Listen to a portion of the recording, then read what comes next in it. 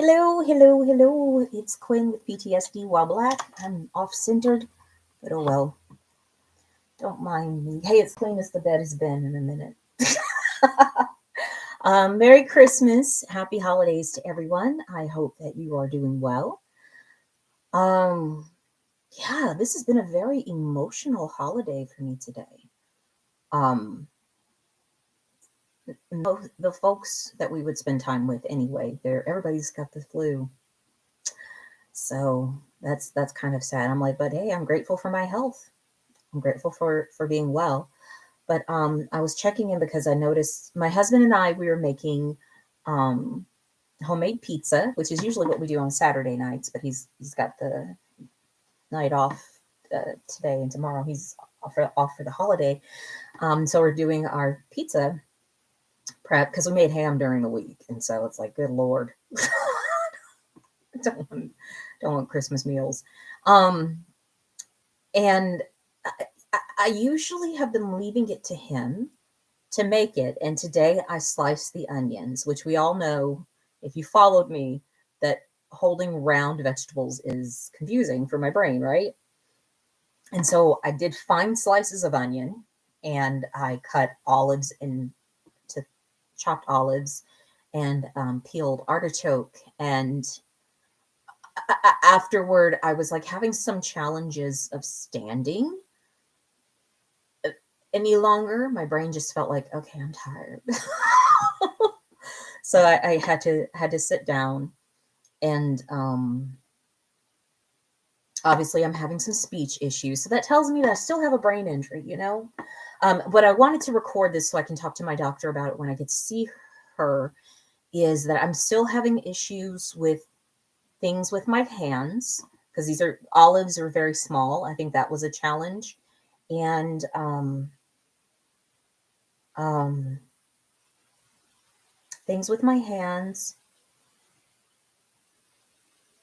and doing things that are new, like peeling the artichoke was a little new for me. So, because usually my husband does it.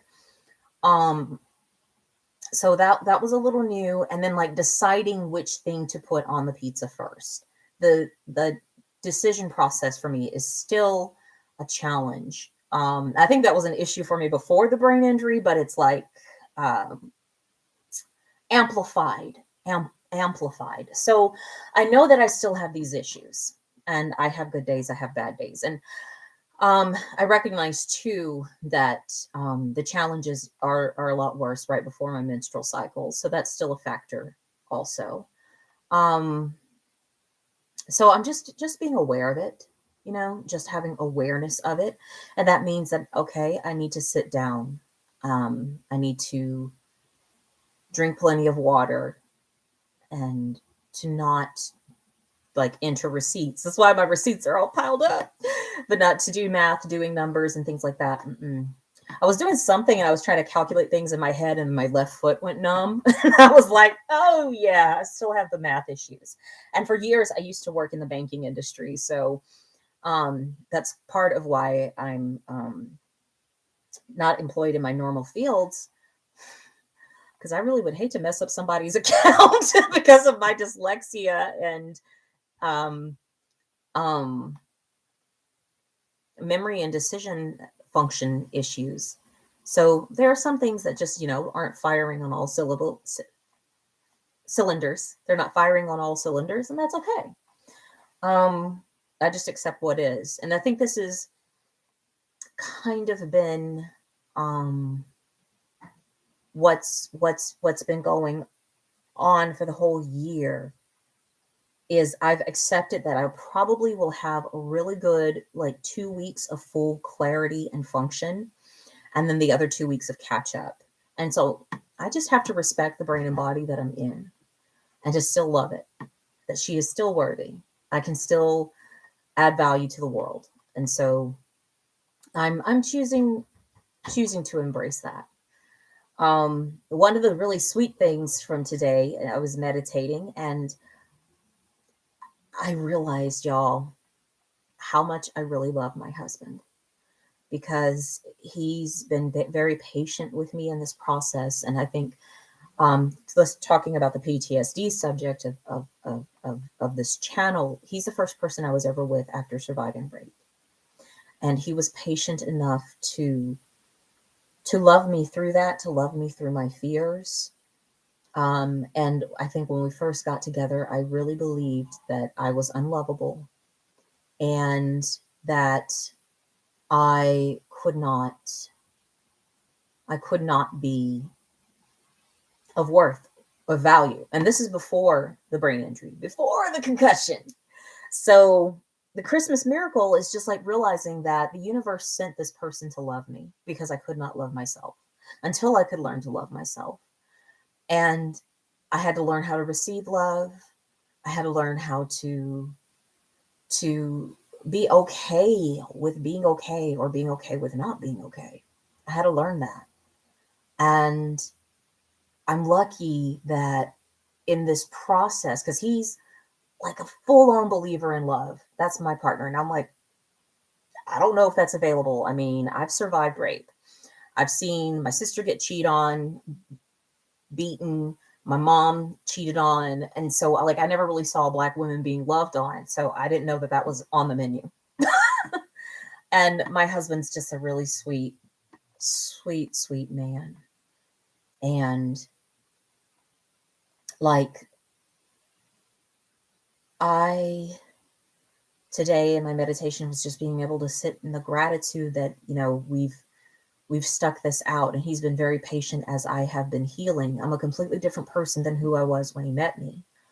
When he met me, I was still very ambitious, and I think that's been the thing in my way. I was very ambitious, always overworking, very controlling, having to be in charge of everything and having to fix everything. And I think the car accident and the concussion were just part of the humbling process that the universe gave me so that I could be more in touch with what it's like to be human, that we're not machines, that we're not supposed to just produce, and to be more in touch with love, having to love myself through my body not doing what I want it to do, you know? So I'm really grateful right now. We played Christmas music. We made pizza. The pizza's cooking right now, and then we're gonna go eat. And then I told him, like, as a present to me, I want you to kill a horde of zombies in a video game. But hopefully he'll do it with a plan, because I freak out when he doesn't plan. Like, the zombies are gonna get you. But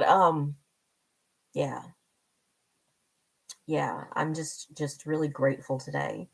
And I'd offer this for us all, is to look at what's working in our lives, what's good in our lives, and to just ask for more of that from ourselves, you know, to ask for more of what's good in our lives from ourselves. Because the world needs it, you know. The world seriously needs it from us. So that was one of the things that came up in meditation. The other one was the cure for racism. Simply put, the cure for racism is for all of us to feel our feelings about the whole damn thing. For those who are the descendants of the enslaved, and those of the descendants of those who enslaved others, to just feel all of our feelings, not make anybody else responsible for our feelings, but that we love ourselves enough to feel our feelings, so that we can clear ourselves out and detach from what our ancestors did.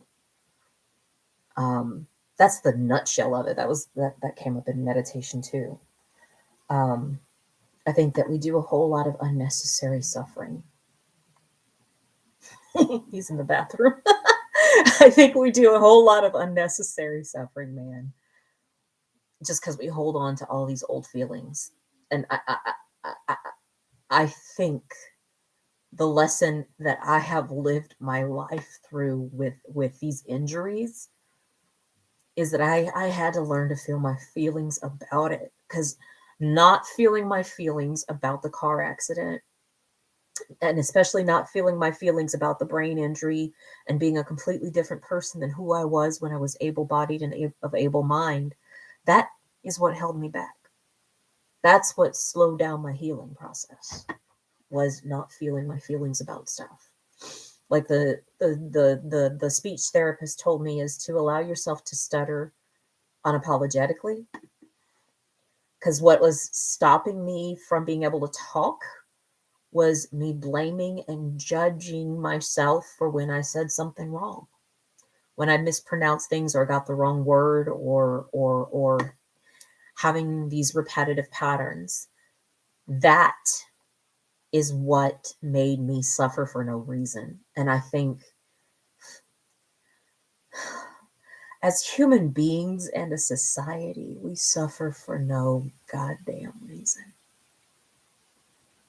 Just by choice. And we limit ourselves from the options of how much love there is in the world. We limit ourselves. So that's what I was realizing today during meditation. And I'm grateful for surviving another year, and I want to thrive in the next one. And I wish that for you too.